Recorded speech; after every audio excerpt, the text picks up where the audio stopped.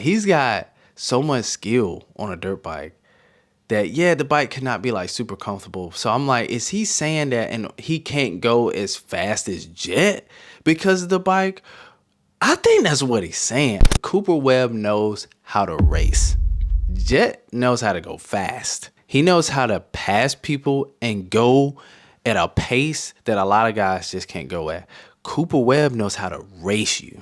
What's going on, guys? Welcome back to Trackside. It's your boy Cinema J here. And man, 2024 A1 was crazy, right? 2025 A1 possibly is going to be crazier, especially because Deegan is racing. So look, before we even get into all of that, I want to say thank you to you guys. You guys have been killing it for this channel. All the new subscribers, all the likes, all the comments, man, the channel has been reaching a crazy amount of people, and it wouldn't be possible without you guys. So if you would like to continue to support this channel, help my family and I get to some of these races, because I got 3 little ones, my wife and I, it's 5 of us, man. It's tough for us to get to these races. So if you guys do want to support the channel outside of just liking, subscribing, commenting, feel free to blow up this Cash App. I'm not saying no, not turn down no gifts. So thank you guys in advance. Thank you so much for your support. It's been a great year. If it wasn't for you guys supporting this channel, I really don't think I would be doing this. So with all that being said, let's get into, you know what? We'll just do one segment. It's not even gonna be a long video. It probably is going to be a long video. But yeah, let's get right into it.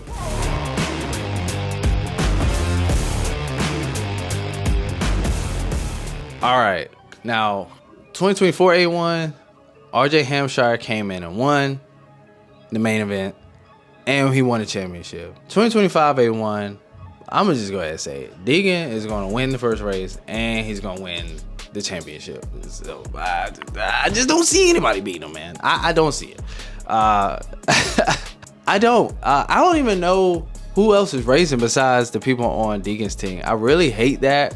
I don't understand why we have a sport like, okay, so somebody was talking about it. I don't know which channel it was on, but they were just like how if he knew, the guy was saying like, if I'm a rider, if I knew which coast I was racing, if I knew I was racing West Coast, my mentality would be different. But when I don't know if I'm racing A1 or West Coast or East Coast, I train different. I'm more prepared when it's like hey, it's go time. It's like, okay, I'm ready. So you know, I guess they kind of back it off, which I'm like, man, if I know I'm racing the first race of the year, I'm doing what Deegan's doing. I'm out here treating practice laps like race laps, yo. I gotta get it in. I gotta be in shape, and I gotta dominate. So I don't know what's in these guys' heads. I'm not a pro. I wish I was. That was my dream, but here I am. Yeah, man. I don't know. I like Deegan's mentality. It's just not afraid. It's all mentality, man. It's here and here, and he's got it. And that's like one of the main reasons why I just cannot see anybody beating him. One of the main reasons why I don't see anybody beating him. So Kitchen and Joe Shimoda stunk it up last year, first race. I expected way more from both of those guys. Granted, they were both on like new bikes. Kitchen being on the PC first time, and Joe Shimoda coming from PC, getting on the Honda for the first time. And maybe one could say that was why they struggled, which they got a little better throughout the year as it went on. But I feel like they were just kind of just stagnant. They didn't get super good. They didn't get worse. But I would say overall they got better. So I expect a lot from Levi Kitchen if he races West Coast. But this is why I'm not even going to talk about it much, because I don't even know who's racing. So with that being said, we're getting on to the which the 450 class. I mean, 450 class stacked. I mean, yeah, we say this every year, but dawg, the whole first 10 dudes, I looked at the point standings from last year, and it's like, yeah, the whole top 10 just factory dudes. That's just, I think, almost to like 12. These guys are all feeling good. Everybody's feeling great. Everybody's flying at the test tracks. But ain't none of that gonna matter when the gate drops. When the gate drops, A1, they all got to face Jett and Lawrence. Let's talk about this. Last year, they said Jett Lawrence was the first one in the 50-year history of Supercross to win his debut 450 Supercross or Premier Class Supercross race. And that sparked a lot of controversy, because I remember that not being true. There were a few other guys who came in and won their first race on a 450, and I'm like, what are they talking about? Do you guys remember that? I want to put some of the comment, even a lot. I remember people were commenting this on the post, on the Supercross live post on Instagram. But yeah, y'all put down in the comments, just educate us. In my opinion, and I hate to say this, Tomac is back. He's good. He's saying he feels better than last year. Cooper Webb, he probably just a little sore still, but like, it's Cooper Webb, and he came out there hungry last year. Should have got second, but he had that little crash. Yeah. Hunter, he's a wild card for top 5. Like, he can win. We don't even know. For Hunter to win, Jett got crashed. Like, honestly, or get a terrible start. But I just, I don't know. And then Chase last year with the my bike is broke talk. Like, what? Dude wasn't even riding whoops like a few weeks before A1. So, and then he almost had that big get off at A1. He did look super uncomfortable. Like, he's got the skills. Like, what I don't get about Chase, we'll talk about Chase for a little bit, is like, he's got so much skill on a dirt bike that, yeah, the bike cannot be like super comfortable. So I'm like, is he saying that and he can't go as fast as Jett because of the bike? I think that's what he's saying. I think what Chase is really saying is, without Jett there and with Eli riding, like, hurt Eli, and there's just not that super fast guy, there's not a Jett. Yeah, he's probably still uncomfortable with the bike, but he's so good, he's still that fast. But yeah, when you throw Jett in there and there's a person who's going even faster, I think what Chase is saying, like, look, in order for me to beat Jett Lawrence, this bike gotta work a little different. And dog, I would argue Jett is uncomfortable. Jett, what I mean by that is, I would argue Jett, the bike ain't perfect. It's not. Clearly, Hunter is not willing to push it to a certain level, and Chase was, but he kept crashing, washing the front end. I think Jett is winning uncomfortably. Like, he's going so fast, racing with such an intensity that you're bound to make mistakes and crash. And it just ain't happening a lot. Like, he's that good though. So, and then the other thing is with Jett, you just don't hear it. You don't hear the complaining. I think Jett probably heard and saw how it was with Chase and was just like, I don't want to be like that. I don't want to be that guy. It's just like complaining, you know? So, but I do believe Jett the bike is not 100% perfect, but you just don't hear him talking about that, man. He just goes out there and he lets his work and his skills do the talking. Even if the bike not 100%, he's going to go 110% if the bike is 80%. That's the difference with Jett and Chase. So Chase, I do believe, has gotten mentally stronger. But man, only one way to find out what's going to happen when Chase gets second, Jett gets first. What are we going to hear? Judging off of what we hear first, probably is going to say a lot. But if Chase beats Jett, we're not going to hear anything. If Chase beats everybody, we're not going to hear anything, because clearly the bike was working good enough to be first over all these good guys. All these guys are good, can win any day of the week. So, man, what do you guys think about this? That's where I'm at on it. But what do you guys think? Because, yeah, last year, nah, that wasn't it. My guy was scared of that bike. Clearly. He was nowhere to be found. And the race where he won, it was mud. Come on. Anybody could have won that race. I could have won that race. Just don't fall. Jett lost because goodness gracious, he fell so many times. The roll-offs was all over. That San Francisco race sucked. All those rain races. So I hope we don't have a wet winter. West Coast, that was crazy last year. All right, next we're going to talk about Eli Tomac and Cooper Webb. Always had a way to make it work and find another route. We'll start with Eli Tomac, because my guy say he's feeling better than last year. I believe it. Now, he did lose a heat race to Vince Freeze. I believe because he didn't want to risk the Supercross season. He's like, this guy's crazy, and he doesn't even care that I'm Eli Tomac. I'm gonna take this third. I'm gonna just get a better start, beat him the next 2 races. That's what I believe. Him and Ken Rossi. But Eli Tomac, man, we don't know. What we do know is, yeah, he should be better than this time last year. And he just wasn't there, man. He wasn't anywhere to be found. We all knew once he wasn't on the podium, it was like, yeah, this is not the same Eli Tomac. Like, he's been racing this bike. He's been with Star, and he's come back fast as I don't know what from an Achilles rupture.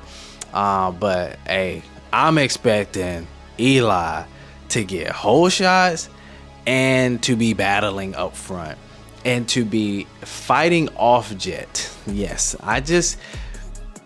if Jett and Eli are up front, man, I believe they're gonna be 5 seconds apart the whole race. That's just it. That's where I believe Tomac is at now, at least. I think Eli, in order for him to win every race, man, my guy got to get them whole shots. But he's been doing it. He's got his starts back. He's back. And then Jett, he's a good starter too. So this is why it's gonna be super exciting, man. I can't wait. Eli 2 years ago, he won A1.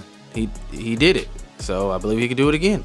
Which a lot of guys made mistakes that year. That was crazy. 2023 A1, nuts. I thought Mookie was gonna win that thing. Then he went down. Gosh, man. Yeah, because like with Eli, man, I'll be honest, I don't think the fitness is a problem. The skill's definitely not a problem. And I know he's learned from racing Jett for a year. So especially SMX rounds, like Eli was getting better and better. So I believe we're gonna see a good Eli. We're going to see the Eli we wanted to see 2024. I believe we're actually going to see that 2025. So what do you guys think about Eli? Where do y'all have him for 2025? Cooper Webb, yo, Cooper Webb, he's such a weird dynamic, yo. Like, he not the fastest guy, but he be winning. He just knows. So Cooper Webb knows how to race. Jett knows how to go fast. He knows how to pass people and go at a pace that a lot of guys just can't go at. Cooper Webb knows how to race you. Like, Cooper Webb don't make sense. He won't be the fastest guy, but he'll be there within a few seconds. That don't even make sense saying that. Like, and then he wins a race and you're just like, how did he win? He didn't have the fastest lap. Like, so consistency and speed, man, and just so knowing how to race. Cooper Webb's advantage is the craziest one. His race tactics, his racing IQ, knowing where to go inside, knowing when to go outside, knowing when to jump the whoops, knowing when to skim the whoops. You know, it just, even if a guy is catching up with Cooper Webb, he already is shifting his mind into how am I going to protect the lead, and he's good at it. To frustrate the person behind him. I remember Jett last year trying to pass him, and he just crashed, runs it to the back end, and hands it to Cooper Webb. Like, stuff like that, man. He is mentally tough. I saw someone say Cooper Webb is a whiner or a complainer. Bro, what are you talking about? Cooper Webb is the reason why everybody else starts complaining. Like, the dude is a nuisance, all right? And he gets that little smirk, that little, hey, North Carolina, stand up, let's go. He gets that little smirk, he gets that little bit of confidence, and but right now he knows he is a guy to beat. He knows he got second last year. He knows he could have won 2024, but he didn't. You know, Jett was the better rider. He should have won 2023, but Eli should have won first. Then Cooper Webb should have won second. My boy AC had him run over his head. That was just tragic. Cooper Webb is just different. So that's what I believe though. I believe that Cooper Webb is so good. It's because he knows how to race these guys. He knows how to race the fastest in the world when he's not the fastest. And at the end of the day, he knows how to win a championship. Like he said, I'm hard to beat over 17 rounds. That's it. That's it. He knows what he's got to do. He knows the fastest guy gonna go out there and have a DNF or have a bad race because they going so fast. He could literally get second all year and win a championship. That's what he knows, man, and that's what he rides like. So he doesn't ride over his head. I do feel like A1 last year, he started pushing a little bit with Jason Anderson. I feel like Jason Anderson was being a nuisance to him, and maybe he had a lapse in concentration, and then that's what huckabucked him over the handlebars. I don't know what happened. It was so unlike Cooper Webb. Like, I'm looking at Cooper Webb go down, like, no, this happens to someone else, not to Cooper Webb. So, man, Cooper Webb can win. He can get second. He can get third. But unless Hunter is, man, I don't know. Like, Hunter could get a start. And I believe Hunter and Cooper Webb are kind of the same place. Difference being, I would say Cooper Webb knows how to race a person better than Hunter right now in the stages of their career. That's where I'm at. But Hunter, Jett gets a bad start, Hunter can win. But then two, I can't see Hunter beating Eli Tomac. I can't. He hasn't shown that to me. Like, okay, Eli gets a bad start, but like up front, I can't see Hunter beating Tomac. Can you? Really? Yeah, Hunter, I got him as a top 5 guy. I had that mistake in the last video. I forgot to mention him in that space. And then the APs and Malcolms, Dylan Ferrandises, Justin Coopers. But yeah, top 5, man. Jett, Tomac, Webb, Chase, Hunter. That should be all year, the battles. Top 5 battles. Ooh, it's tough, man. It's tough to say. I mean, people could say they predictions and stuff, but man, we don't know. We don't know. Justin Barcia can come out here and win the first race. He did it for 3 years in a row, and no one saw it coming. So we'll win no other race in the year, but win the first race. So yeah, man, this is gonna be cool. This is gonna be exciting. I'm just really dropping this video because ain't nothing else to talk about. Because nothing's going on. It would be great to talk more about 250 class, but we just don't know anything. So yeah, we'll see what the next thing is, whatever happens next. But A1 cannot get here fast enough, y'all. I'm ready. Somebody had a really good comment. They said, there's holes in my Saturdays. Yes, there are. My Saturdays, my whole Saturday experience changes when I know there's a race coming on later that day. So if you feel the same way, like the video, subscribe. God willing, I'm posting all year next year. So thank you guys for your support. Thank you for watching up to this point. There's so many things to talk about, so many other points, but we'll drop some videos until A1. Just keep talking about these guys and talking about what we think, and just drop your comments down below. We still got to talk about AP, Malcolm, Ken Roxon, Jorge Prado. I just want to talk about kind of the big guns in this video for now, because ain't like the race happening next week. So but anyways, catch you guys in the next video. See ya. Peace. Yeah.